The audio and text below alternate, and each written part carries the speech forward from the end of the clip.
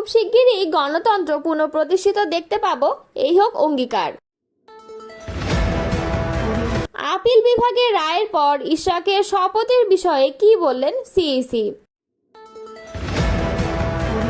কারো দোষও ছিলাম না, তবুও ফ্যাসিবাদের শিকার হয়েছি, জিএম কাদের।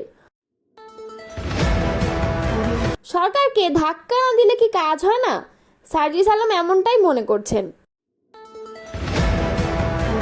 সংস্কারের বাহানা করে নির্বাচন পেছানো যাবে না, সালাউদ্দিন। এতক্ষণ শুনছিলেন সংবাদ শিরোনাম, এবারে বিস্তারিত। গণতন্ত্রের নিরবচ্ছিন্ন যাত্রা আজও প্রতি পদে পদে বাধাগ্রস্ত হচ্ছে উল্লেখ করে বিএনপি চেয়ারপারসন খালেদা জিয়া বলেছেন, খুব শিগগিরই আমরা বাংলাদেশে গণতন্ত্রের পুনঃপ্রতিষ্ঠা দেখতে পাব, এই হোক শহীদ জিয়ার শাহাদাত বার্ষিকীতে আমাদের অঙ্গীকার। বৃহস্পতিবার 29 মে রাজধানীর রমনার ইঞ্জিনিয়ার্স ইনস্টিটিউশন বাংলাদেশ মিলনায়তনে বিএনপির প্রতিষ্ঠাতা জিয়াউর রহমানের 44তম শাহাদাত বার্ষিকী উপলক্ষে আয়োজিত আলোচনা সভায় প্রধান অতিথির বক্তব্যে তিনি এসব কথা বলেন। ধারণ করা বক্তব্যে খালেদা জিয়া বলেন, প্রতি বছর এই দিনটি আমাদের জীবনে আসে এক বেদনাবিধু স্মৃতি নিয়ে। এই দিনে শুধু আমাদের পরিবার নয়, বরং সমগ্র দেশবাসী হয়ে পড়েছিল অভিভাবকহীন। বাংলাদেশের জন্মের সঙ্গে জড়িয়ে থাকা এক অবিচ্ছেদ্য নাম শহীদ প্রেসিডেন্ট জিয়াউর রহমান। এমনটা উল্লেখ করে খালেদা জিয়া বলেন, যে চট্টগ্রামে স্বাধীনতার ঘোষণা করে তিনি এই দেশের তার নাম অবিচ্ছেদ্য করেছিলেন, সেই চট্টগ্রামে এক সফল, সৎ, দূরদর্শী ও প্রকৃত দেশপ্রেমিক প্রেসিডেন্ট হিসেবে নিজের জীবন উৎসর্গ করেছেন। এই দেশে গণতন্ত্র, স্বাধীনতা, সংবাদপত্র ও বিচার বিভাগের স্বাধীনতার স্বনির্ভরতা, উন্নয়ন এবং নিজস্ব জাতীয়তাবাদ সৃষ্টির অনন্য রূপকার শহীদ জিয়াউর রহমান। তিনি আরও বলেন যে গণতন্ত্র প্রতিষ্ঠা আর সার্বভৌমত্ব রক্ষার লড়াইয়ে তিনি শাহাদাত বরণ করেছেন। সেই গণতন্ত্রের নিরবচ্ছিন্ন যাত্রা আজও বাধাগ্রস্ত হচ্ছে প্রতি পদে পদে। খুব শিগগিরই আমরা বাংলাদেশে গণতন্ত্রের পুনঃপ্রতিষ্ঠা দেখতে পাব, এই হোক শহীদ জিয়ার শাহাদাত বার্ষিকীতে আমাদের অঙ্গীকার। এই লক্ষ্যে সুশৃঙ্খলভাবে এগিয়ে চলার জন্য আমি বিএনপির সব পর্যায়ের নেতাকর্মী ও দেশবাসীর প্রতি আহ্বান জানাচ্ছি।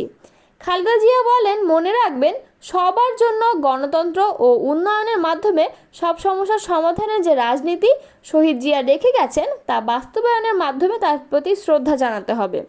বিএনপির ভারপ্রাপ্ত চেয়ারম্যান তারেক রহমান আলোচনা সভায় ভার্চুয়ালি যুক্ত হয়ে প্রধান আলোচক হিসেবে অংশ নেন। সভায় ভার্চুয়ালি যোগ দিয়ে সভাপতিত্ব করেন দলটির মহাসচিব মির্জা ফখরুল ইসলাম আলমগীর।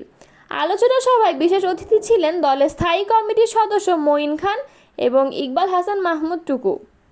বিএনপি নেতা ইশরাক হোসেনের ঢাকা দক্ষিণ সিটি কর্পোরেশনের মেয়র হিসেবে শপথের বিষয়ে নির্বাচন কমিশন সিদ্ধান্ত নেবে আদালতের রায়ের কপি হাতে পাওয়ার পর পর্যালোচনা করে। বৃহস্পতিবার বিকেলে সাংবাদিকদের এ কথা জানান প্রধান নির্বাচন কমিশনার AM নাসির উদ্দিন। ঢাকা দক্ষিণ সিটির মেয়র হিসেবে বিএনপি নেতা ইশরাক হোসেনের শপথ নিয়ে আপিল বিভাগের রায়ের পর আজ বিকালে বৈঠকে বসে নির্বাচন কমিশন। আগারগাঁওয়ে নির্বাচন কমিশন ভবনে সিইসি AM নাসির উদ্দিন ও অন্য নির্বাচন কমিশনাররা প্রায় 3 ঘন্টা বৈঠক করেন। বৈঠক শেষে সাংবাদিকদের প্রশ্নের জবাবে সিইসি AM নাসির উদ্দিন বলেন, আমরা আপিল বিভাগের কোনো রায় এখনো হাতে পাইনি। রায় পাওয়ার পরে কী ধরনের সিদ্ধান্ত আসে, আইনগত বিভিন্ন দিক পরীক্ষা নিরীক্ষা করে আমাদের যা করণীয় তা আমরা করব। এদিকে বর্তমান ঢাকা দক্ষিণ সিটি কর্পোরেশনের মেয়াদ উত্তীর্ণ হবে আগামী 1 জুন। ইশরাকের আপিলের পরিপ্রেক্ষিতে গত 27 এপ্রিল তাকে মেয়র ঘোষণা করে গ্যাজেট জারি করে নির্বাচন কমিশন। এরপরে গ্যাজেটের বিরুদ্ধে আপিল হলে শপথ আটকে যায় ইশরাকের।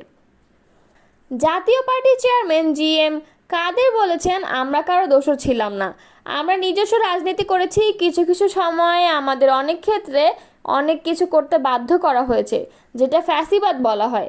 সেই ফ্যাসিবাদের শিকার সবাই যেমন হয়েছে, আমরাও হয়েছি।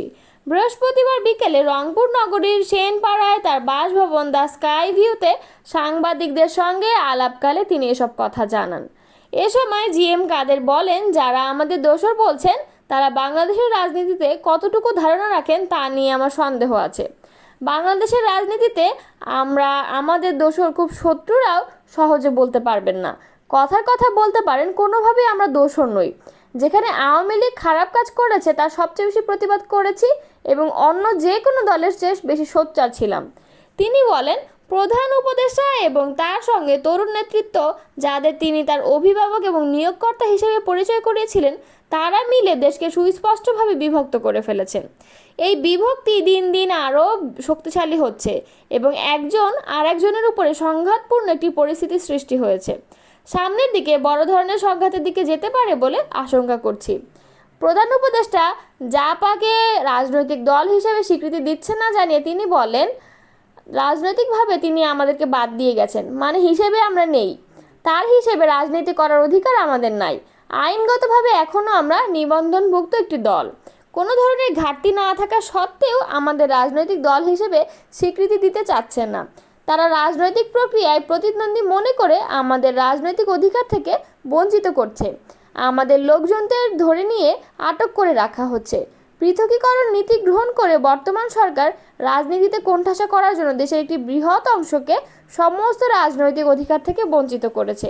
এনসিপিকে সরকারি দল হিসেবে উল্লেখ করে তিনি বলেন, তারা নির্বাচনে নিজস্ব একটি দল তৈরি করেছেন এবং সেই দল এখন পর্যন্ত সম্পূর্ণ সরকারি পৃষ্ঠপোষকতায়।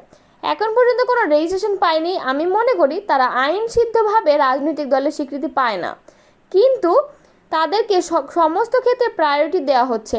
নিজস্ব দল তৈরি করে সেই দলের মাধ্যমে এবং একই সঙ্গে নির্বাচন হলে সেই নির্বাচনে লেভেল প্লেয়িং ফিল্ড কখনোই সম্ভব না। একটি উপযুক্ত নির্বাচন দেওয়ার দরকার, কিন্তু এই সরকার তা পারবেন না। তাদের উপযুক্ত নির্বাচন দেওয়ার ক্ষমতা এবং ইচ্ছা কোনোটাই নেই। জাতীয় পার্টির চেয়ারম্যান বলেন, সীমান্তে পুশিনের ঘটনা এটা স্পষ্ট যে এই সরকার দুর্বল এবং ব্যর্থ। এটা সরকারের কাজ, এক্ষেত্রে আমরা তো কিছু করতে পারি না। এ সময় দলের প্রেসিডিয়াম সদস্য এস.এম. ইয়াসির, জেলা কমিটির আহ্বায়ক আজমল হোসেন লেবু উপস্থিত ছিলেন। এর আগে 4 দিনের সফরে বৃহস্পতিবার বিকেলে রংপুরে যান তিনি। দলীয় ও ব্যক্তিগত কাজ শেষে আগামী রবিবার ঢাকায় ফিরবেন। জাতীয় পার্টিকে আওয়ামী লীগের সবচেয়ে বড় দোষর বলে মন্তব্য করেছেন জাতীয় নাগরিক পার্টির উত্তরাঞ্চলের মুখ্য সংগঠক সার্জিস আলম। একই সঙ্গে সেই দলের চেয়ারম্যান জি.এম. কাদের এখনও বাইরে কিভাবে, সেই প্রশ্নও তুলেছেন তিনি। বৃহস্পতিবার নিজের ভেরিফাইড ফেসবুক আইডিতে দেওয়া এক পোস্টে এমন মন্তব্য করেছেন। ফেসবুকে সার্জিস আলম লেখেন, জাতীয় পার্টি আওয়ামী লীগের সবচেয়ে বড় দোষর। বিরোধী দলের যাবতীয় সুবিধা ভোগ করে আওয়ামী লীগকে সরকারি দলের বৈধতা দিয়েছিল এই জাতীয় পার্টি। সার্জিস আরও লেখেন, প্রত্যেক ইলেকশনের আগে অবৈধ সরকারি দলের বিরোধিতার নামে ভণ্ডামি করত, তারপর নির্বাচনের ঠিক কয়েকদিন আগে জি.এম. কাদের ভারতে গিয়ে নেগোসিয়েশন করে ডামি বিরোধী দল সেজে বসে থাকতো। সেই জি.এম. কাদের এখনও বাইরে কিভাবে? সরকারকে ধাক্কা না দিলে কি কাজ হয় না, নাকি প্রত্যেকটা কাজের জন্য ছাত্র জনতাকে নতুন করে মাঠে নামতে হবে? সংস্কারের বাহানা করে নির্বাচন পেছানো যাবে না বলে মন্তব্য করেছেন বিএনপি স্থায়ী কমিটির সদস্য সালাউদ্দিন আহমদ। বৃহস্পতিবার বিকালে শহীদ প্রেসিডেন্ট জিয়াউর রহমানের 44তম মৃত্যুবার্ষিকী উপলক্ষে রাজধানীর ইঞ্জিনিয়ারিং ইনস্টিটিউশন মিলনায়তনে আলোচনা সভায় বক্তৃতা রাখেন তিনি। সালাউদ্দিন আহমদ বলেন, প্রধান উপদেষ্টা আজ জাপানে এক বক্তৃতায় বলেছেন যে একটি মাত্র দল ডিসেম্বরের মধ্যে নির্বাচন চায়। যদি ডিসেম্বরের মধ্যে নির্বাচন দিতে হয় তাহলে তাড়াহুড়ো করে সংস্কার করতে হবে। আমরা বলেছি চ্যারিটি বিগিনস অ্যাট হোম। আমরা বলেছি আপনার উপদেষ্টা পরিষদ নিরপেক্ষ নয়, আপনার উপদেষ্টা পরিষদ সংস্কার করুন। এখানে 2 জন ছাত্র উপদেষ্টা বসে আছে, তারা একটা দলের। আর একজন উপদেষ্টা আছেন বিদেশ ভ্রমণ করছেন 20 বছর, এখন বাংলাদেশকে উদ্ধার করতে এসেছেন। তারা বিতর্কিত ভূমিকার কারণে বাংলাদেশের বিভিন্ন রাজনৈতিক দল ও সংস্থার মধ্যে দূরত্ব সৃষ্টি হয়েছে। তিনি কী পরিকল্পনা নিয়ে এসেছেন জানি না, আল্লাহ মালুম।